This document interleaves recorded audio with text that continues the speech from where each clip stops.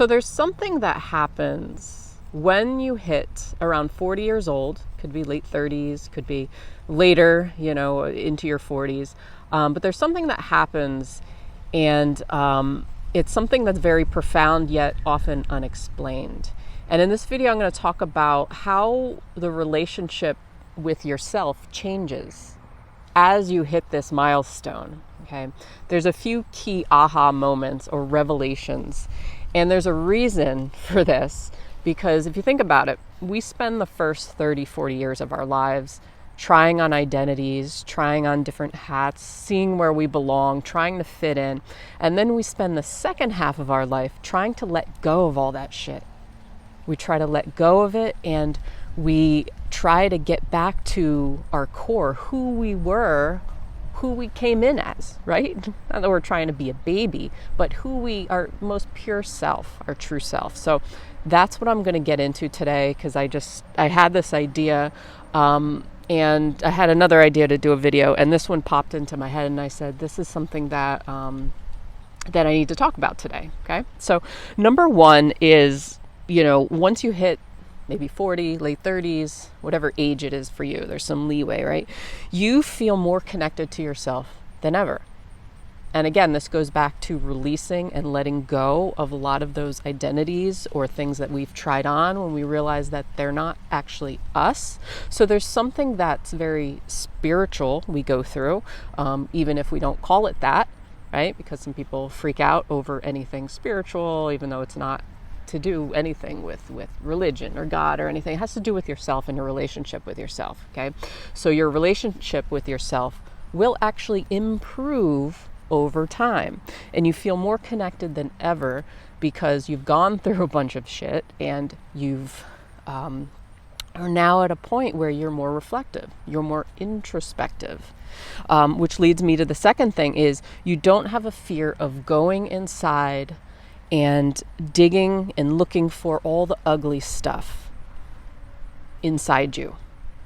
You have a realization that ugly stuff does exist, that we're duality, right? We have the light and the dark within us. We have shadows within us. And it's taken us a long time to realize what those shadows are sometimes. A lot of them we keep repressed. And we're no longer afraid to go inside and look at the ugly bits because we know there's a lesson in there. We know there's many lessons in there. And we know that that's something important for our progress in life. Number 3 is you stop fighting with your brain so often. Not that you don't keep fighting with your brain, because as long as you have a brain, you're going to keep fighting with it. You're going to keep fighting against the world. You're going to have days where you do that, right?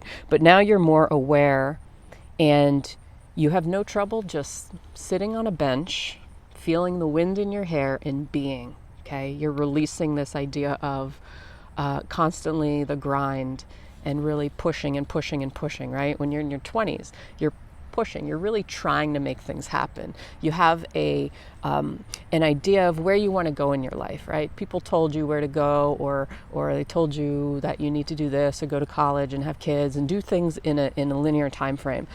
But once you hit an age where you're like late 30s, 40s, it's like you don't give a shit sometimes about pushing, because you can feel inside of your body when it feels like it's pushing, when it feels like it's forced.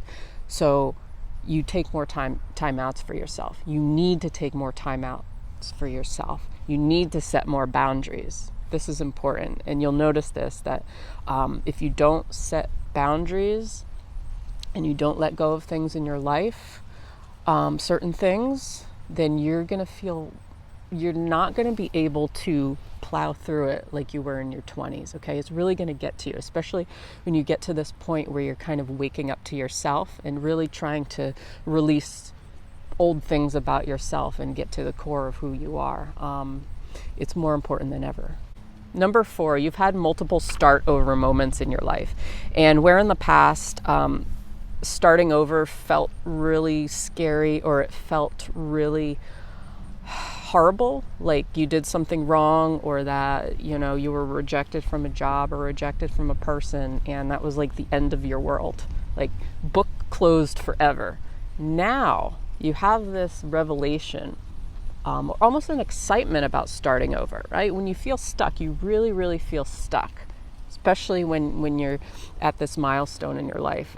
And you know that every meltdown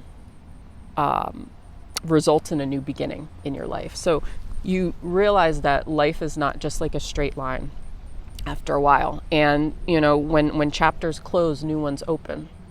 And it takes time to realize this. And no, it's not the end of the world. It's actually something exciting because it's probably bringing you somewhere that's closer, that's more aligned to who you are. So every breakdown you've had, every time you've started over, you've probably, you still don't have your path figured out probably, but you know that each time you have a little meltdown in your life, or you have those days where you just feel like you're going crazy, that is actually getting you closer to where you truly want to be. Because again, as you're releasing things, as you're getting rid of old identities or old ways of being, or attachments to old thoughts and beliefs about yourself and your self-worth, you realize that it's getting you closer to where you want to be, right? The leaves fall. They don't just plop to the ground, right? It's fall right now. So that's why it's very windy and I got, hair in my face. But like I was looking the other day, just watching the leaves. And this is again how you could just like sit on a park bench and just be for a while and just observe the world around you. Watching the leaves float down from the trees. They don't just plow down, right? It's not just like gravity sucks them down. There's a very gentle movement and they gently fall to the ground. So this is kind of how we stop pushing in our lives. We allow ourselves to gently let go of things that no longer serve us, or no longer are good for our well-being, I guess, or we know it makes us feel drained more because we're more aware of it. So every little breakdown, every little start over in your life, is going to level you up. And number 5, and this one's important, as your relationship to yourself improves over time, your relationship with other people, or the dynamic with other people, will improve or will change, and change for the better. So family, friends, coworkers, you may notice that the dynamic shifts a little bit, right? You're no longer as reactive or triggered. Of course, we're always going to be triggered by certain things, but that's just old attachments, and we're more aware of that. Old attachments of, say we're with our family, right? And we feel like when we're outside of family or people close to us, that we're like this new version of ourselves. We're more confident, we're more secure in ourselves. We really know the path we're going, feel more aligned in what we're doing. Like it feels true to us. But then when we're around like our family or something, we're like pulled back into that child mode where we're reactive, we're triggered.